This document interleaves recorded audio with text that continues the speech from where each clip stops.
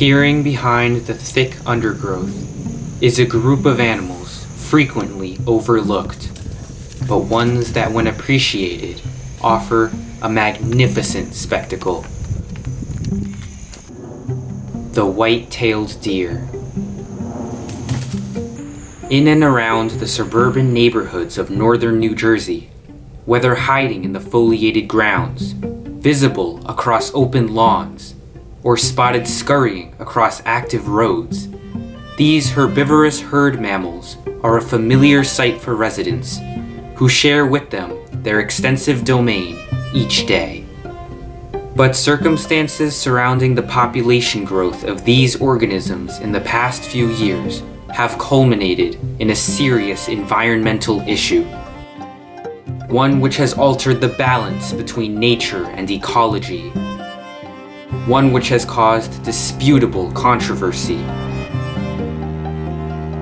One which environmentalists could not neglect. And one nature preserve, situated in the city of Englewood, has enacted a new and innovative method to solve this dire situation.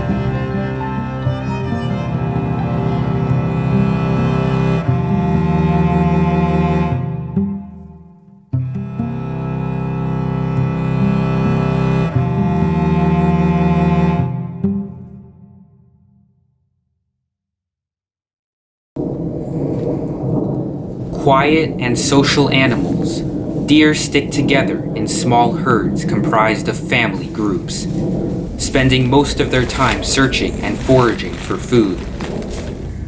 This is a doe, and she is the largest and oldest individual in this herd. She will most likely spend the rest of her life around this area. Bucks tend to travel much further distances. While humans have around 5 million scent receptors, deer have around 297 million, with a variety of types specialized for detection of specific scents. In addition to their superior sense of smell, they can move their receptive ears in every direction and see through a wide field of vision, enabling the deer to forage effectively while staying attentive to the location of the herd and to outside threats. They look for food kind of all year long. They'll do what's called a rutting season in the fall where they mate, and then in June and late May they'll drop their fawns. My name is Brian Dedeian. I'm the land manager here at Flat Rock Brook. I take care of the land, the building, and all the stuff in between. Flat Rock Brook Nature Preserve in Englewood, New Jersey consists of 150 acres of woodland, along with meadows, gardens, a pond, and a nature center. It has long been prime habitat for deer. Deer, as far as in New Jersey, have a kind of a weird history. First, they had a severely declining population, and now that there's no predators and hunting has decreased, their population has exploded a lot. We had researched the topic close to 6 to 8 years for different management practices. But overpopulation of deer in New Jersey has been around probably since the early 2000s.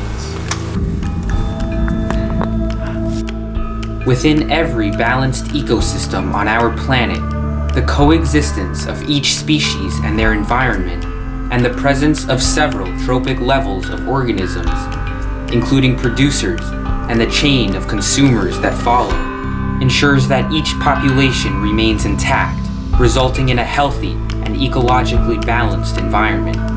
Take one species away, and the entire ecosystem can collapse. In New Jersey, the wolf population, the predators of deer, were once numerous, helping to sustain a balanced ecosystem.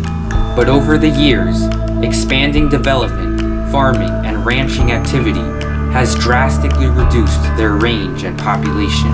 Now, without a predator to keep their populations in check, and now that hunting has largely been reduced, deer have become severely overpopulated, and the forests in which they live, such as Flat Rock, are suffering. And what happens is they overbrowse a lot of the native cover, and then a lot of invasive plants take over. So that's a big issue. We face for managing land. A barren understory taken over by invasive plants means extensive habitat degradation and loss of biodiversity. With the future of the forest in jeopardy, Flat Rock staff knew something had to be done. So when we were going through different deer management solutions, we were looking at different culling processes, so using hunting, which wasn't a viable option for us due to our proximity to different residents, the high population here.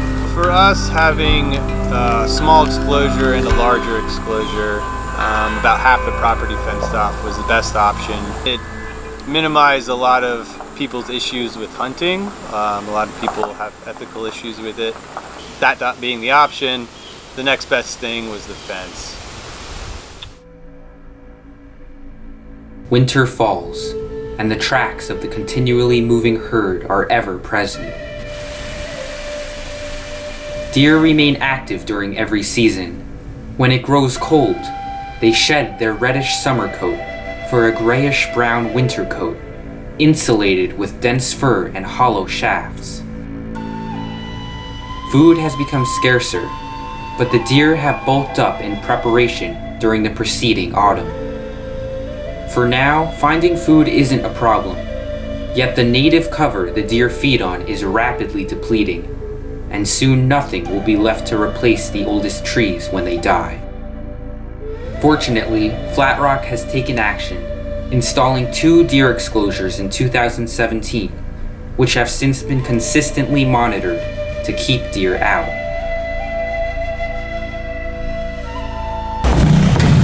This is our cattle guard. This is at our main entrance of Flat Rock Brook Nature Center. So this allows our driveway to be open. It doesn't allow the deer to walk through. It's also a bit of a speed stop and allows people from charging up and down the hill, so that's good too. There's quite a bit of maintenance to deal with these. You have to clean them out probably about once a month. When we first installed the cattle guard, we had quite a few problems with deer tiptoeing across the sides. So we put this little bumper here, and this kind of gives it the illusion that this is still all cattle guard, so they won't walk across it.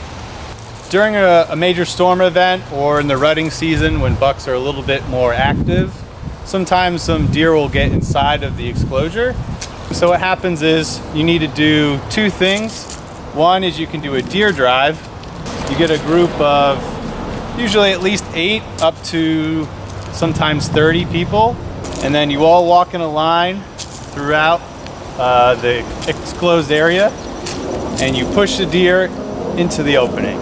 So it sounds really easy, but it is actually extremely difficult. As you can imagine, deer are very fast. They like to run, and if they're panicked, they're going to run in a lot of different directions. With impressive speed and agility, deer are remarkably versatile in their environment, able to run over 30 miles per hour and leap several feet into the air. Upon sensing danger, they lift their tails to reveal their white undersides as a warning. Interdigital glands in the deer's hooves can also secrete scents that alert other deer of possible danger. Removing deer from the exclosures is no easy task. The second option is a one-way deer gate. This little contraption here is our one-way deer gate. We have 2 fences with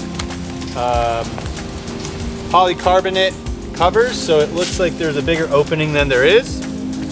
So deer being naturally pretty curious and foraging, they'll come in through here, think it's open, and then they're in here.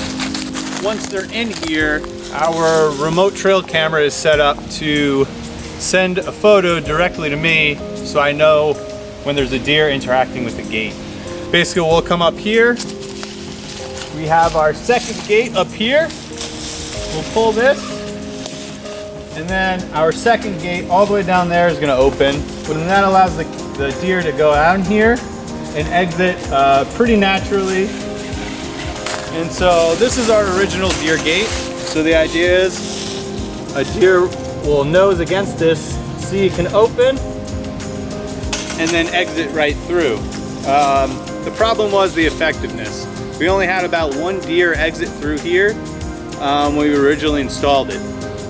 On our first gate that we passed, we had about 20 deer exit through there, but we also had about 5 deer enter through there. So I decided to use both of these gates, and so to facilitate this a little bit, we'll put in some acorns in here or salt lick, and that just kind of lets the deer want to get into this area that are on the inside.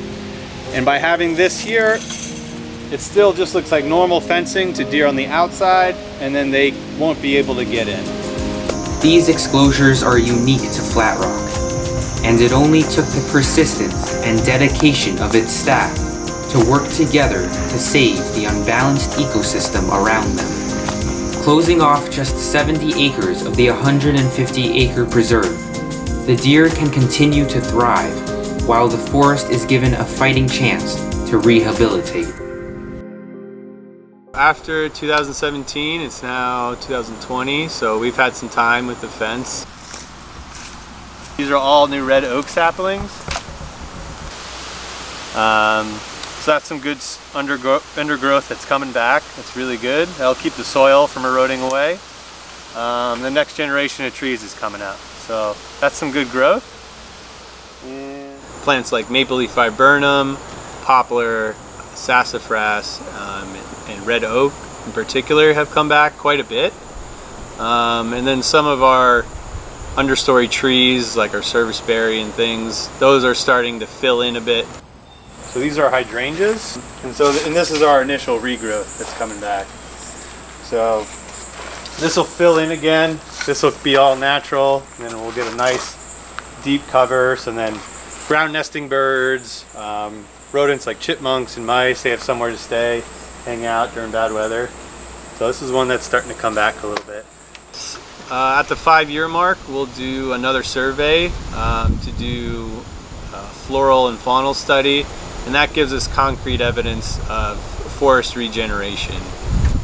So once we have that, we can show how effective deer fence is and managing deer in general is in a conservation area, and that lets people have a more regional approach. But no good solution comes without its opposers.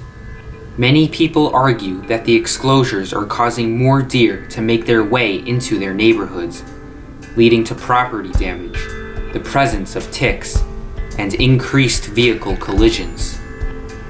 Despite this, it ultimately cannot be forgotten that humans are single-handedly responsible for the deer situation, and to this day, continue to expand into their habitats. Perhaps people should learn to coexist with the deer, rather than be intolerant of them. Plant native plants. Not only native plants, but ones that are deer resistant. So ones like a lot of sedges and things like that. This doe's fawns are only a few months old, but they are already becoming wiser and more acquainted with the world they live in. The outdoors still holds dangers, but living in a world without their predators means that they are very likely to survive to adulthood and pass on their genes for generations, whether that be viewed as a beautiful thing or a damaging one. You'll get these fluctuations naturally in populations, but if for whatever reason, if there's no predator there to keep that fluctuation in check, it's up to us to really manage this. And it's not so much a deer problem as it is a real human problem. It's us taking away their habitat, us not wanting them to be in their habitat.